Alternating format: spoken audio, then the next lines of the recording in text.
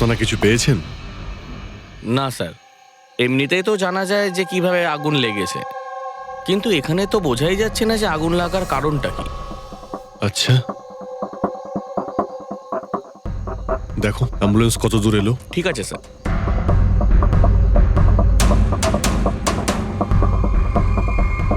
খুব বাজেভাবে ঝলসে গেছে। অদ্ভুত ব্যাপার, জানতেই পারা যাচ্ছে না যে আগুনটা কি করে লাগলো।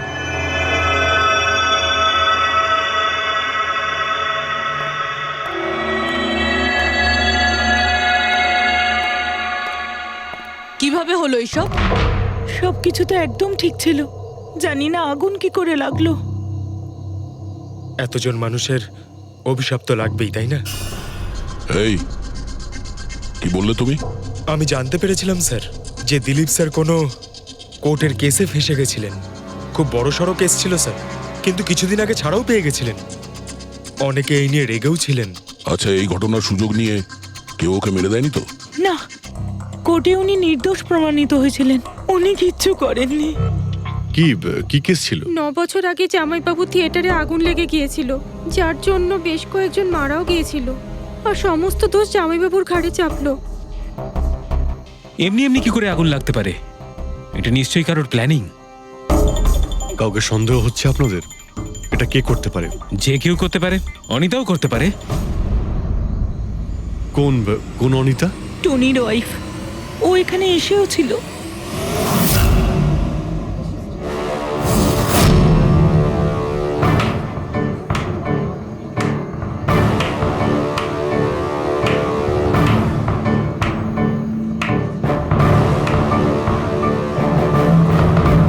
অনিতা, অন্য লোকের ঘর ভেঙে দিয়ে নিজের পরিবারের সঙ্গে এখানে ফুর্তি করা হচ্ছে। ভেরি গুড, ভেরি গুড, বাহ। কিন্তু একটা কথা মনে রেখো, ওই লোকগুলোর মতো তোমরাও ছটফট করে মরবে। সিকিউরিটি, এই চুপ, একদম চেঁচাবি না। বের করো একে বাইরে, বের করো। চলুন ম্যাম, বাইরে চলুন। আউট। মনে হচ্ছে তোদের কি পরিণতি হবে তা নিয়ে কোনো মাথা ব্যথা নেই। তোদের খারাপ সময় শুরু হয়ে গেছে, মনে রাখিস। তুই আমার টনির সাথে যা করেছিস না, মনে রাখিস, এরপরে তুই আর বেশি দিন বাঁচবি না, শুনেছিস? তুই এই নিয়ে যাবে কে? তুই আর বাঁচবি না, নরকে যাবি তুই। আর তাকে দেখছো কি? নিয়ে যাবে কে? তোকে নরক যন্ত্রণা ভোগ করতে হবে, ছটফট করে মরবি তুই, মনে রাখিস। আরে যা।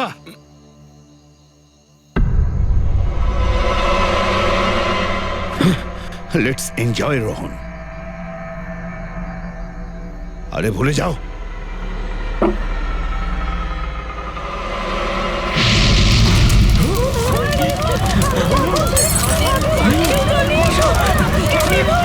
দিলীপ আর রোহনকে যে কেসে ভাসানো হয়েছিল, সেই কেসেই কোর্ট টনিকে শাস্তি দিয়েছিল। আচ্ছা, কে কে জানতো যে আপনারা এখানে এই রেস্টুরেন্টে আসবেন? জানি না স্যার। আচ্ছা, দিলীপ বাবু আসার আগে এই চেয়ারের আশেপাশে কাউকে দেখেছিলেন? কোনো অচেনা কাউকে? না স্যার, কাউকেই দেখিনি স্যার। এই টেবিলটাকে রিজার্ভ করেছিল? দিলীপবাবু ফোন করেছিলেন, বলেছিলেন যে আমাদের জন্য টেবিল রিজার্ভ করে রাখো। সবসময় এখানেই বসতেন, এই টেবিল, এই চেয়ারেই। রেগুলার কাস্টমার ছিলেন আমাদের। কারোর আগে থেকে জানা ছিল যে দিলীপ এখানে এই চেয়ারে বসবে? স্যার, চেয়ারের আশেপাশে তো এমন কোনো জিনিস নেই যা দিয়ে আগুন লাগতে পারে। এ তো অদ্ভুত ধরনের মিস্ট্রি। সিসিটিভি ক্যামেরা,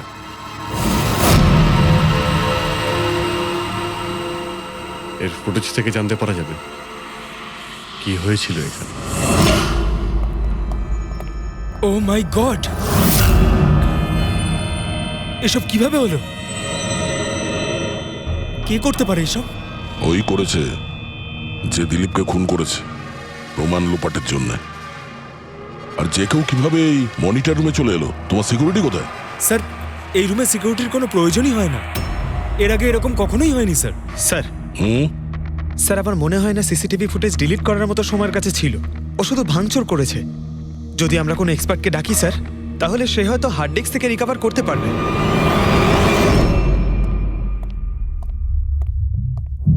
স্যার হ্যাঁ? স্যার 9 বছর আগে দিলীপ আর রোহনের একটা থিয়েটার ছিল যেটায় আগুন লেগে গিয়েছিল। এক্সিট এন্ট্রির দরজা বন্ধ থাকার কারণে 12 জন লোক আগুনে পুড়ে মারা যায়। ভিকটিমদের ফ্যামিলি যখন কেস করে তখন ইনভেস্টিগেশনে জানা যায় যে সেই সময় একজন গার্ড ছিল। হ্যাঁ, টনি। হ্যাঁ স্যার। স্যার কোর্টে এটা প্রমাণ হয়ে গিয়েছিল যে টনি অনেক মদ খেয়েছিল, আর মদের নেশা সে এতটাই চুর ছিল যে ইমার্জেন্সি এক্সিটের দরজাও খুলতে পারেনি। হ্যাঁ, কিন্তু এই টনির স্ত্রী অনিতা এটা মানতে রাজিই নয় যে ভুলটা টনি করেছিল। স্যার শুধু উনিই নন, অনেক আর্টিকেল এবং নিউজ পেপারও কিন্তু কোর্টের সিদ্ধান্তের ব্যাপারে কথা বলেছিল। যখন এই ঘটনাটা ঘটেছিল তখন দিলীপ আর রোহনের বিরুদ্ধে সলিড এভিডেন্স ছিল, কিন্তু তারপর কেস চলতে থাকলো। 9 বছর হয়ে গেল। কিছু প্রত্যক্ষদর্শী বয়ান বদলে দিল, আর কিছু লোক বাইরে চলে গিয়েছিল।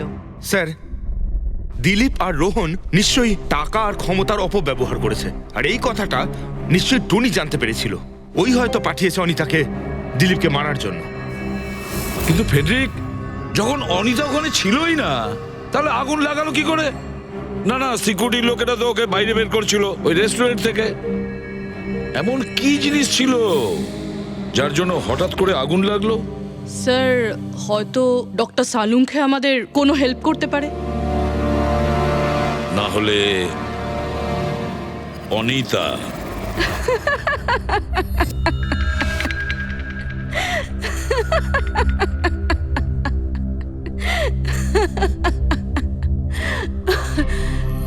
আপনারা তো অবাক হচ্ছেন কেন? আমার হাসি দেখে নাকি দিলীপের মৃত্যুর জন্য? দিলীপের মারা যাওয়াতে এত আনন্দ কিসের? আচ্ছা, আমি খুশি হব না তো আর কে হবে বলুন তো? কালকে রাত্রে রেস্টুরেন্টের থেকে বেরোনোর পর তুমি কোথায় গিয়েছিলে? জেলে আমার স্বামীর সঙ্গে দেখা করতে। ওয়ার্ডেনের কাছে সমস্ত রেকর্ড আছে, আপনারা চাইলে চেক করতে পারেন। সেটা তো আমরা করবই। আর এইটাও যে তুমি ওই আগুনটা লাগালে কিভাবে? কোনো কালো জাদু করেছিলে তুমি? দিলীপের গায়ে হঠাৎ করে আগুন লাগলো কি করে? কালো জাদু জানলে অবশ্যই প্রয়োগ করতাম, কিন্তু আমি খুব খুশি হয়েছি। দিলীপও ঠিক সেইভাবেই ছটপট করে মরেছে যেভাবে 9 বছর আগে ওই নিরীহ লোকগুলো মারা গেছিল, যেটা শাস্তি এখন আমার স্বামী টনি ভুগছে। তুমি এইটা কিভাবে বলতে পারো যে টনির কোনো ভুল ছিল না? তুমি তো ওখানে ছিলেই না। আমি ওখানে ছিলাম না, কিন্তু টনি এখানে ছিল। সেদিন ওর শরীর খারাপ ছিল। ওর মালিকদের মানে রোহন আর দিলীপকে বলে তাড়াতাড়ি বাড়ি চলে আসে। আগুন লাগার অনেক আগেই। ভুল ওদের দুজনের ছিল। ওরাই পুরনো দরজা ঠিক করায়নি, যার জন্য ওখানে আগুনে পুড়ে অনেক লোক মারা গেছিল। আমার স্বামীর নয়, ওদের দুজনের দোষ ছিল। তাতে তোমার নিশ্চয়ই খুব রাগ হয়েছিল, ওদেরকে মেরে ফেলারও ইচ্ছে হয়েছিল। 12 জন মারা গেছিল ওখানে। আমার থেকে অনেক বেশি রাগ ওদের পরিবারের লোকেদের হয়েছিল, কিন্তু এখন হয়তো ওরা খুব খুশি দিলীপের মৃত্যুর খবর শুনে। খুব খুশি হয়েছে। ওরা আরো বেশি আনন্দ পাবে যেদিন রোহন পুড়ে মরবে।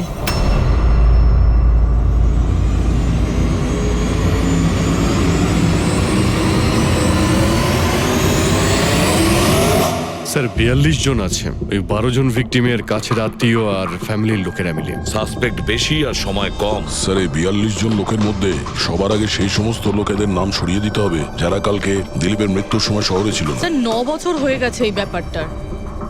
হয়তো অনেক মানুষ দেশ ছেড়েও চলে গিয়েছে, আর কিছু লোক হয়তো এই পৃথিবীতেই আর নেই। তারপরেও খোঁজ তো নিতে হবে। দেখো কজন শহরে ছিল যখন দিলীপের মৃত্যু হয়।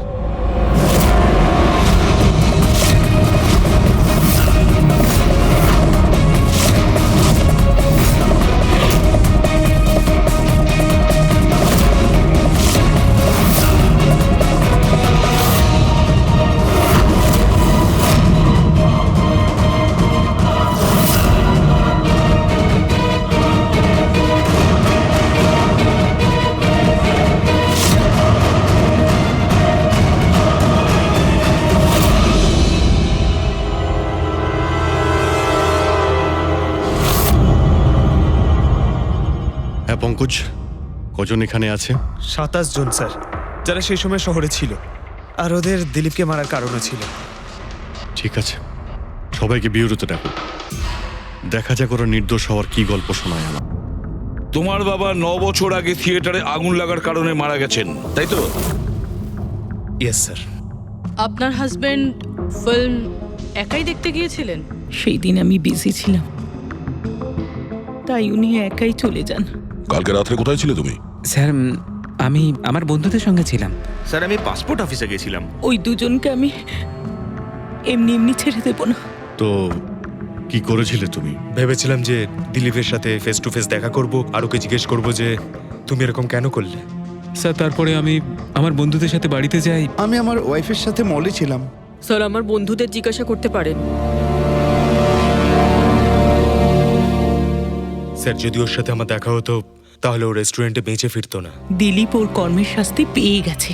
আমি রেস্টুরেন্ট থেকে জানতে পারলাম যখন যে দিলীপের সাথে কি হয়েছে, তখন মনে শান্তি পেলাম স্যার। আর বাকি থাকলো রোহন, ও তার কর্মের শাস্তি নিশ্চয়ই পাবে। এবার এই 27টা নামের মধ্যে তাদের নামগুলো রেখে দাও যারা ঘুরিয়ে ফিরিয়ে উত্তর দিচ্ছিল, আর যারা নিজেদের উত্তর অনেক আগে থেকেই তৈরি করে রেখেছিল।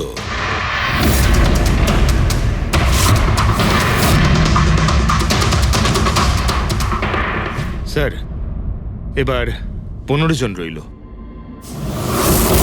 এবার এই 15 জনকে ওই দিনের ব্যাপারে জিজ্ঞাসা করতে হবে যখন 9 বছর আগে থিয়েটারে আগুন লেগেছিল।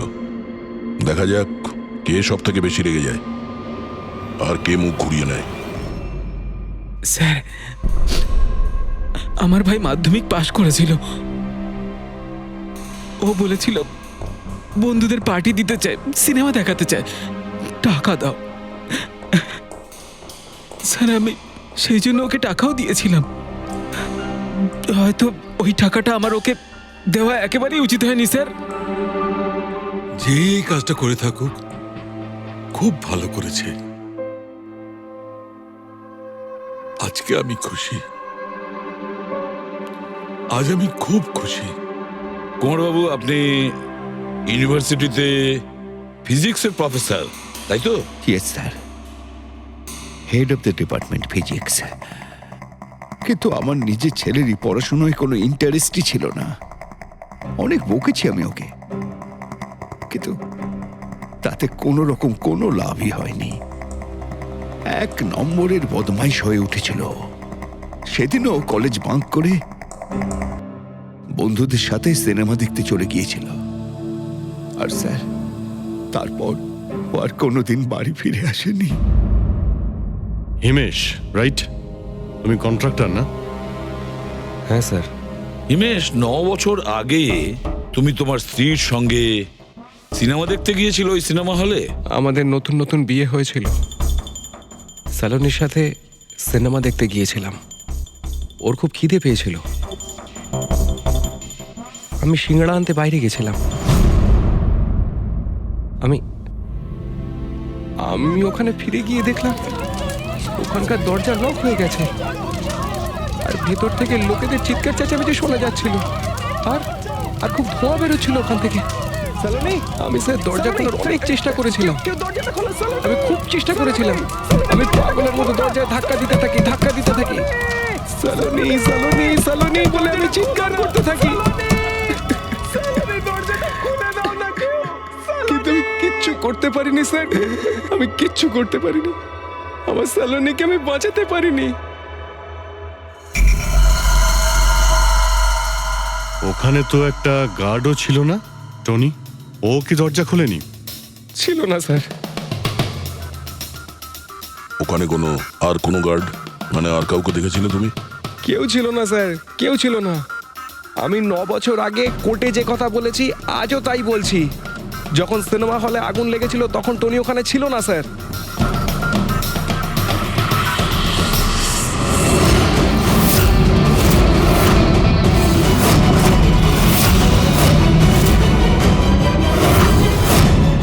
স্যার এই হলো আমাদের 15 জন সাসপেক্ট যারা দিলীপকে খুন করতে পারে। স্যার পুলিশ বলছিল যে ফায়ারম্যানরাও বলতে পারেনি যে আগুনের এক্স্যাক্ট সোর্সটা কোথায় ছিল।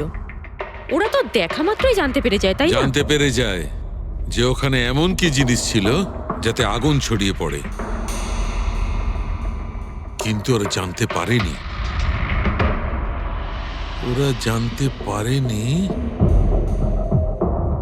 ওরা এই জন্য জানতে পারেনি কারণ ওই জিনিসটার না ছিল কোনো গন্ধ, না ছিল রং। Exactly sir. যদি এটা লিকুইড হতো না তাহলে দিলীপ নিশ্চয়ই বুঝতে পারতো ওই চেয়ারটায় বসা মাত্রই। আর পাউডার থাকলে আমরা টেস্ট করে পেয়ে যেতাম। তার মানে এটা তো গ্যাস। তার মানে হচ্ছে এটা ছিল গ্যাস। গ্যাস? এই জন্য ওই ফায়ারম্যান জানতে পারেনি যে কিসের জন্য আগুন লেগেছিল। ইনফ্লেমেবল গ্যাস বস, যার শুধু একটা স্পার্কের দরকার হয় জ্বলে উঠবার জন্য। কিন্তু একটা কথা বুঝতে পারছি না, দিলীপ যে চেয়ারে বসেছিল সে চেয়ারে গ্যাস আসলো কোথা থেকে? চেয়ার থেকেই। কি চেয়ার থেকে? সেটা এইভাবে বস, যে চেয়ারে দিলীপ বসেছিল তার নিচের অংশে কেউ ওই ইনফ্লেমেবল গ্যাসকে স্প্রে করেছিল। মারা যাওয়ার সময় দিলীপের সংস্পর্শে দুটো জিনিস ছিল। একটা তো এই চেয়ার যেটাতে ও বসেছিল, আর একটা ওয়াইনের গ্লাস যেটা ও হাতে ধরেছিল। আমরা এই দুটো জিনিসই চেক করেছি। তো এই চেয়ারটার থেকে আমরা ইনফ্লেমেবল গ্যাসের কিছু ট্রেসেস পেয়েছি। বস, আমাদের আশেপাশের পরিবেশে সর্বদা জ্বলনশীল পদার্থ ঘুরে বেড়ায়, যেটা কখনো কখনো স্পন্টেনিয়াসলি জ্বলে যায়। যেমন হচ্ছে মাস গ্যাস, একটা ন্যাচারাল বায়োগ্যাস, আর জ্বলনশীল গ্যাস এর মেইন কম্পোনেন্ট। তার মানে ইনফ্লেমেবল গ্যাস যে কোনো সময় হাওয়াতে এমনি এমনি জ্বলে উঠতে পারে? না ফ্রেডি, নিজে নিজে নয়। যখন পরিবেশটা খুব বেশি উত্তপ্ত হয়ে ওঠে আর সেটা পরিবেশের অক্সিজেনের সঙ্গে মিশে যায়, তখন একটা সুপার হাই টেম্পারেচার উৎপন্ন হয়, যার কারণে এই আগুন লেগে যায়। কিন্তু ডক্টর সালুখে, ওখানে তো এরকম কোনো হাই টেম্পারেচারের মতো কিছু ছিলই না। এক্স্যাক্টলি, এমন কোনো ডাইরেক্ট সোর্স ছিলই না যাতে তাপ উৎপন্ন হতে পারে। বস, এই জন্যে আমার মনে হচ্ছে খুনি কোনো এক্সট্রা ডিভাইস ব্যবহার করেছিল এই এত বেশি টেম্পারেচার উৎপন্ন করার জন্যে। আর এই চেয়ারটা তো রেডিই ছিল, এর তো শুধু একটা স্পার্কের দরকার ছিল। কিন্তু স্যার, এভাবে কেউ হিট কিভাবে উৎপন্ন করবে? হ্যাঁ, করা যেতে পারে তো। যেমন উদাহরণস্বরূপ ম্যাগনিফাইং গ্লাস। ম্যাগনিফাইং গ্লাস দিয়ে সূর্যের রশ্মিকে বিশেষভাবে ফোকাস করে আমরা ছেলেবেলায় কাগজ পড়াতাম।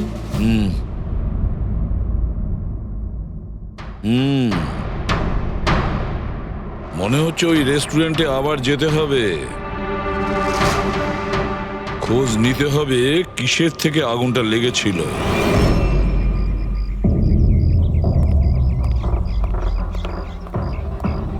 সব জায়গায় দেখে ফেলেছি স্যার, কিন্তু এমন কিচ্ছু খুঁজে পেলাম না যা দিয়ে আগুন লাগতে পারে।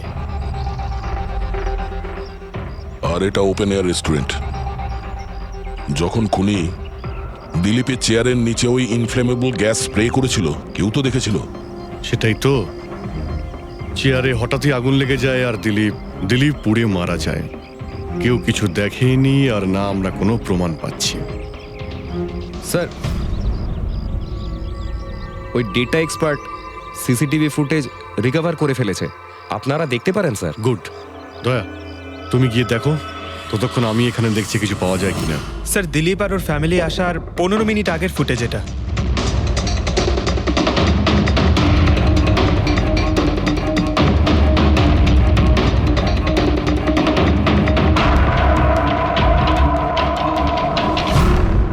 এ চেয়ার চেঞ্জ করছে।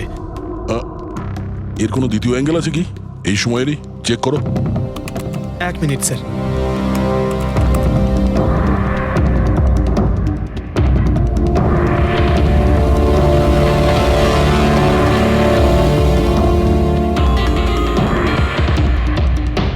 ও চেয়ারটার সঙ্গে কি করছে? গ্যাস স্প্রে করছে নাকি? হ্যাঁ, ও নিজের চেয়ারে গ্যাস স্প্রে করলো, আর ও নিজের চেয়ারের সঙ্গে ওই চেয়ারটা বদলে দিল যেটাই দিলীপ বসতো।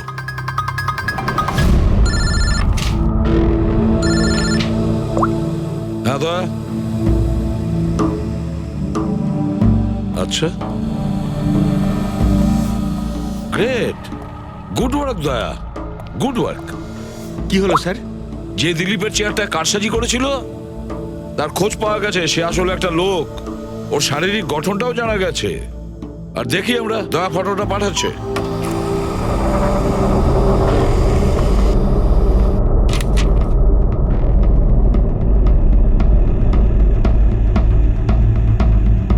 খুনি এই বাকি লোকগুলোর মধ্যেই কেউ একজন, এদেরই মধ্যে কেউ। আর এবার এর পরের শিকার রোহান।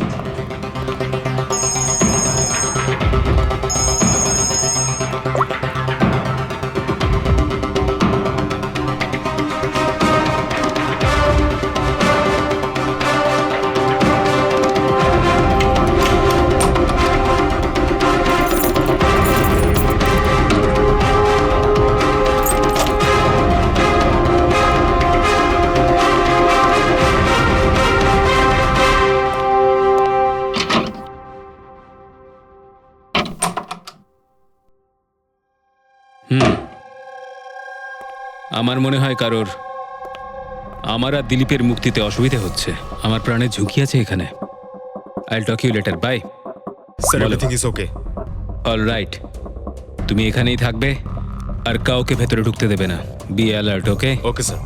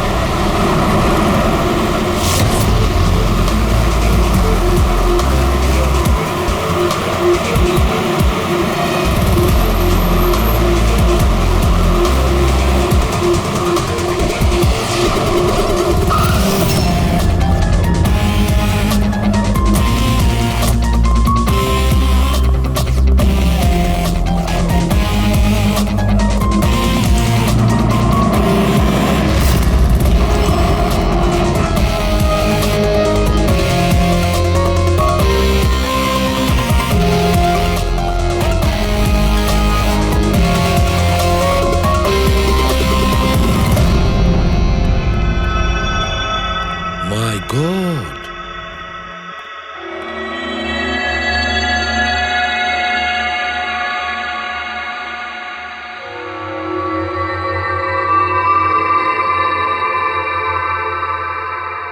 কি হয়েছিল এখানে আর কিভাবে?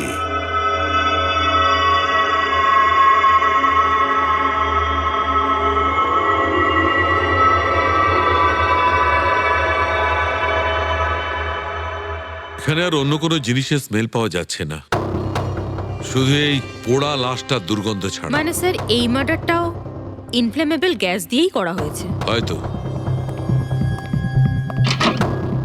এসব হলো কিভাবে? হ্যাঁ স্যার, আসলে আমি রোহন স্যারের বডিগার্ড। আচ্ছা, তাহলে আপনারা কোথায় ছিলেন যখন এসব হলো? স্যার, রোহন স্যার আমাকে বাইরে পাহারা দিতে বলেছিলেন। তার কিছুক্ষণ পরেই আমি ওনার চিৎকার শুনতে পেয়ে ওনার রুমের দিকে দৌড়ে আসি আর দেখি দরজার চারদিক থেকে ধোঁয়া বেরোচ্ছিল। আমি অন্য চাবি দিয়ে দরজা খুলে ভিতরে যাওয়ার পর দেখলাম যে স্যার ততক্ষণে রোহন স্যার পুড়ে গেছেন। আপনারাও কেউ কিছু জানেন না? অদ্ভুত ব্যাপার, রুমের মধ্যে কোনো সূত্র পাচ্ছি না, শর্ট সার্কিট হয়নি, পর্দাটা ভেতর থেকে বন্ধ, এই উইন্ডোজটা পার্মানেন্টলি ক্লোজড, কেউ বাইরে থেকে ভেতরেও আসতে পারবে না, আর বাইরে থেকে ভেতরে কোনো ভিউও নেই, কেউ দেখতেও পাবে না। তাহলে লোকটা মরলো কিভাবে? এটার থেকে আগুন লেগেছে বস।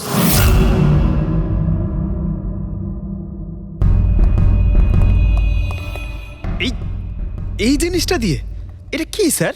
এটা হচ্ছে ফিলামেন্ট। ফিলামেন্ট? ইলেকট্রিক বাল্বের ভেতরের ফিলামেন্ট।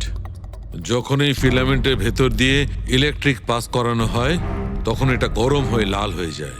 বস, খুনিও এই টেকনিকটাই ব্যবহার করেছে ওই জ্বলনশীল গ্যাসটাকে জ্বালানোর জন্য। কিন্তু ওই রেস্টুরেন্টে যেখানে দিলীপ মারা গিয়েছিল ওখানে তো আমরা এরকম কোনো ফিলামেন্টের মতন কিছু পাইনি। বস, এত ছোট্ট একটা জিনিস, ওটা খোলা জায়গা, হয়তো কোথাও উড়ে চলে গেছে, কিন্তু এখানে তো পুরো ঘরটাই বন্ধ, তাই জন্যে খাটের তলায় এটা আমি পেয়ে গেছি। কিন্তু স্যার, ফিলামেন্ট দিয়ে ইলেকট্রিক পাস করানোর জন্য ওয়্যারসের কোনো না কোনো কানেকশন তো থাকা উচিত বেড পর্যন্ত। আছে, এখানেই নিশ্চয় কোথাও আছে। পুরো বেড চেক করেছি আমরা, রুমটাও চেক করেছি, এরকম কিছুই তো পাইনি আমরা। দয়া, ওই দরজাটা কিসের? Manager, yes sir. ওই দরজার ওপারে কি আছে? স্যার আর একটা রুম আছে, এই রুমের সাথে ওটা কানেক্টেড। এমনিতে এই দরজাটা সিল থাকে, এটাকে কেউ খোলে না স্যার। খুলুন এই দরজাটা। Yes sir. আসুন স্যার।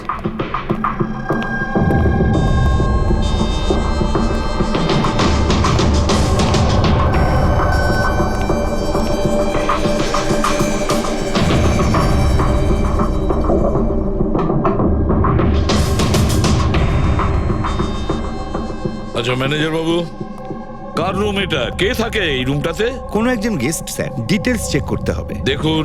Okay sir.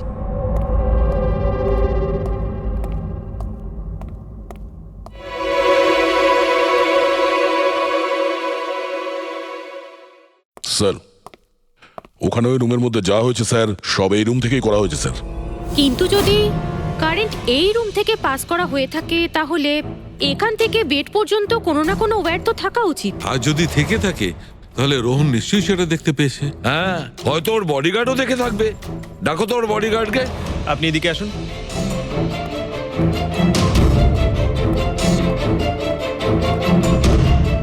একটা কথা বলো, যখন তুমি রোহনের ঘরে এসেছিল তখন কোনো তার দেখেছিলে এখানে এই দরজা থেকে ওই রুম পর্যন্ত? কোনো কিছু? না স্যার, রোহন স্যার এই রুমে ঢোকার আগে আমি এই রুমটাকে খুব ভালো করে চেক করেছিলাম, কিন্তু তার বা সেরকম কিছু আমার চোখে পড়েনি। ঠিক আছে, যাও তুমি। যাই হোক না কেন দয়া, খুনি এই দরজাটা ব্যবহার করেছে। এই দরজা দিয়ে রোহনের রুমে আসে আর রোহনের বেডে ইনফ্লেমেবল গ্যাস স্প্রে করে, আর যে কোনো ভাবেই হোক ফিলামেন্টে কারেন্ট দিয়ে দেয়, তাতে ফিলামেন্ট গরম হয়ে যায় আর ইনফ্লেমেবল গ্যাসে আগুন ধরে যায়, আর তাতে রোহনের মৃত্যু হয়। বস, একটা কথা কিন্তু ঠিক, খুনি যেই হোক না কেন তার ইলেকট্রিক আর কেমিক্যাল সম্পর্কে খুব ভালো জ্ঞান আছে। প্রফেসর কুমার, ফিজিক্সের প্রফেসর কুমার, ওর থেকে আর কে বেশি জানতে পারে এই ব্যাপারে? স্যার, ওই প্রফেসর কুমারের সঙ্গে দেখা করো। স্যার। দয়া, আমিও যাব তোমার সঙ্গে।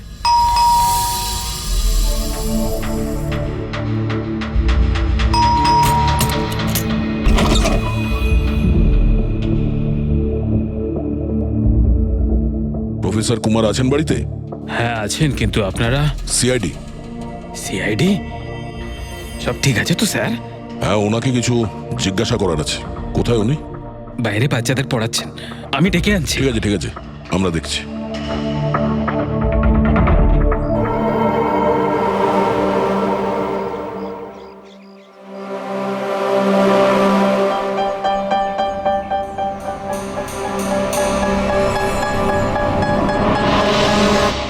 মিস্টার কুমার, আপনার কাছে আমাদের কিছু জিজ্ঞাসাবাদ আছে। বলুন, কি জানতে চান? আপনি এটাকে চেনেন? এটা তো ফিলামেন্ট। গুড, ঠিক চিনেছেন আপনি। আপনি জানেন আমরা এই ফিলামেন্টটা কোথা থেকে পেয়েছি? সেটা তো আপনারাই বলতে পারবেন কোথা থেকে পেয়েছেন। রোহনের বিছানার নিচে। কাল রাত্রে রোহন ওই বিছানাতেই পুড়ে মারা গেছে। হোয়াট? রোহনও মারা গেছে? কাল রাত্রে আপনি কোথায় ছিলেন? রাত 9টা থেকে ভোর 3টে পর্যন্ত। আপনারা আমাকে সন্দেহ করছেন? এটা আমাদের প্রশ্নের উত্তর হলো না মিস্টার কুমার। কাল আমি সারা দিন আর সারা রাত্রি বাড়িতেই ছিলাম। কোনো প্রমাণ? আগে আমার কাজের লোক রামু আর Bikash, please come here.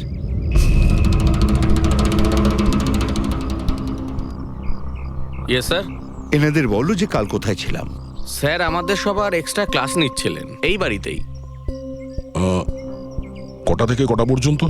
Sir সন্ধ্যা 6টা থেকে ভোর 5:30 পর্যন্ত। সামনেই আমাদের এক্সাম, তাই আমরাই স্যারকে রিকোয়েস্ট করেছিলাম এক্সট্রা ক্লাস করানোর জন্য। ঠিক আছে স্যার, তুমি যাও বাবা। স্যার, আমার আরো 5 জন স্টুডেন্টস আছে যারা কাল সকাল 9টা থেকে 5:30 পর্যন্ত আমার কাছে ছিল। বলেন তো ওদেরও ডাকি? ঠিক আছে, এবার আমি যেতে পারি স্টুডেন্টদের পড়াতে? Please please. Thank you.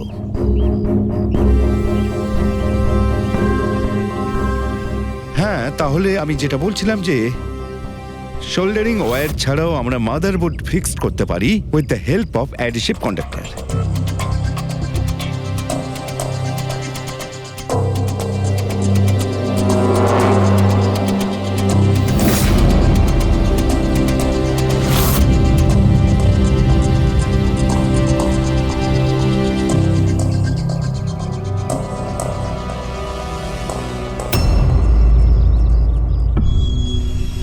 My god, my god! আরে ভাই, কি ব্যাপারটা? কি? আরে ভাই, এই ভুলটা আমি কি করে করলাম? কি গড, বুড়ো হয়ে গেছি আমি বুড়ো হয়ে গেছি। দয়া একটা কাজ করবে, 1 ঘন্টা পরে ফরেন্সিক ল্যাবে দেখা করো। একটা জিনিস দেখাবো। 1 ঘন্টা পরে। আরে ওই, হ্যাঁ বস, একটা কাজ করো, এই সুইচটা দিয়ে ওই বাল্বগুলোকে জ্বালাও। এই সুইচ দিয়ে? এই সুইচ দিয়ে? হ্যাঁ হ্যাঁ, এই সুইচটা দিয়ে। আরে এর মধ্যে কোনো কানেকশন দেওয়া নেই, কিভাবে জ্বলবে? তুমি প্রশ্ন করো না, কখনো কখনো আমার কথাটাও মেনে নাও। কখনো কখনো। এই অন করলাম। কই স্যার, কিছুই তো হলো না। হবে হবে। আরে কি হবে? কিছুই হবে না। হবে ভাই, বিলিভ মি, হবে। 1 মিনিট। আরে ওর শরীর ঠিক আছে তো? হ্যাঁ স্যার, জানি না কি হয়েছে, প্রফেসর কুমারের সঙ্গে দেখা করে আসার পর থেকেই উনি বাল্ব নিয়ে খেলে যাচ্ছেন। একটা কথা বলো, ওই ফিঙ্গারপ্রিন্ট গুলোর খবর কি, যেগুলো তুমি হোটেলের লোকেদের কাছ থেকে নিয়েছিলে আর ওই রুমটা থেকে নিয়েছিলে? স্যার, অনেক ফিঙ্গারপ্রিন্টস পাওয়া গেছে, কিন্তু সবগুলো স্টাফ মেম্বারসদেরই, এছাড়া আর কারোর পাওয়া যায়নি। এটা কিভাবে সম্ভব? এই যে দাদা, একটু এই দিকেও দেখুন। হ্যাঁ হ্যাঁ, দেখছি। হ্যাঁ,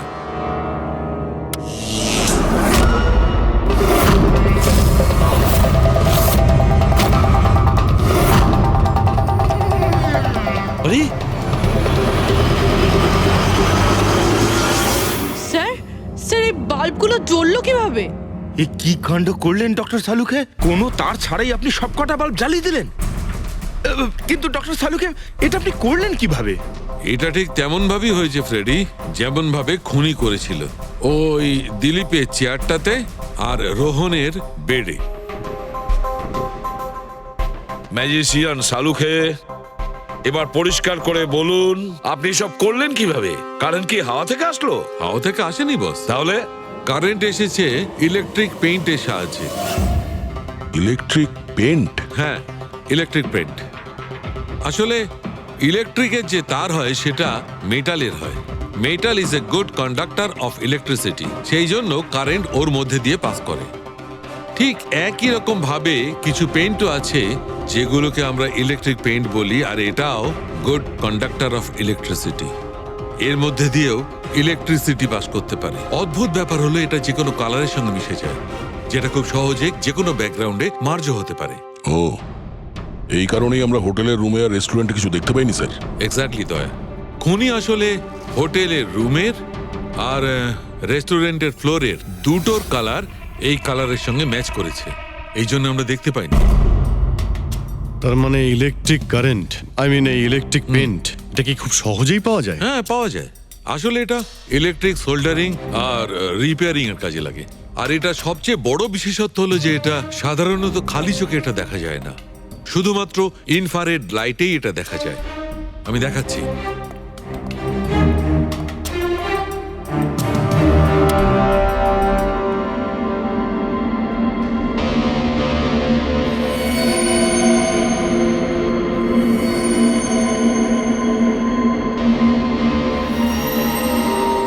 দেখেছো বস?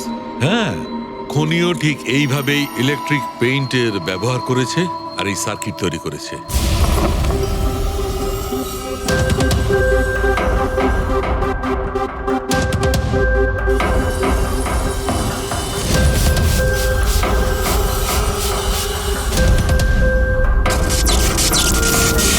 একটা কথা তো নিশ্চিত, এ যেই হোক না কেন তার এ সমস্ত ব্যাপারে খুব ভালো জ্ঞান আছে। কিন্তু স্যার, এদের মধ্যে খুনি কে? ওই প্রফেসরের সঙ্গে তো কথা বলে নিয়েছি স্যার, ও তো না, এই মুন্সি। এই লোকটা তো একজন ক্লার্ক, কিন্তু আমার মনে হয় না যে একজন ক্লার্কের সায়েন্সের ব্যাপারে এত জ্ঞান থাকতে পারে। স্যার, এদের মধ্যে সব থেকে বেশি শিক্ষিত তো ওই প্রফেসর কি মনে হচ্ছে? এটা এমন কেউ হতে পারে যেটা প্রফেসরের মতো ইন্টেলিজেন্ট নয়, অথচ এই ব্যাপারে অনেক কিছুই জানে।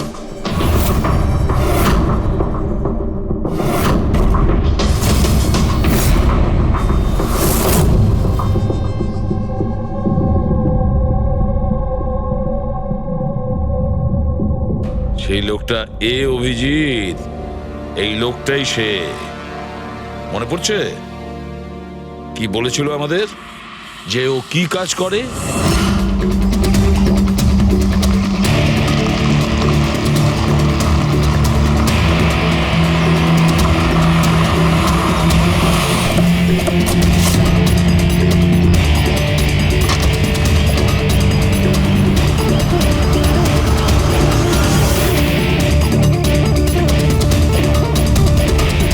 যাওয়া যাক শ্বশুর বাড়ি।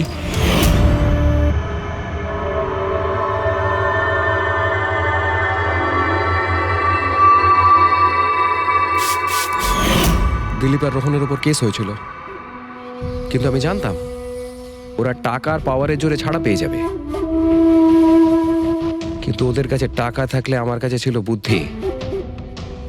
অনেক মাস ধরে ওদের আমি ফলো করেছি, ওরা কোথায় যাচ্ছে, কি করছে, কার সাথে দেখা করছে, সবকিছু। আর শেষ পর্যন্ত ওদের দুজনকে মারার উপায় আমি পেয়েই যাই, ইলেকট্রিক পেন্ট আর সার্কিটের মাধ্যমে। এই দুটো জিনিসের বিষয়ে আমি খুব ভালো করে জানতাম। ব্যাস, দিয়ে দিলাম দুজনকে শাস্তি। দুজনকে মেরে ফেলেছি জ্যান্ত পুড়িয়ে, যেভাবে ওরা আমার সালোনিকে মেরেছিল। হিমেশ, তোমার স্ত্রীর সঙ্গে যা কিছু হয়েছে সেটার জন্য আমরা সবাই দুঃখিত, কিন্তু দিলীপ আর রোহনকে মেরে তুমি কি পেলে? তুমি কি ফিরে পেলে তোমার স্ত্রীকে? প্রতিশোধের আগুনে পুড়ে তুমি দুজনকে মারলে, আইন তোমাকে কোনোদিন ক্ষমা করবে না। কঠোর থেকে কঠোরতম শাস্তি হবে তোমার।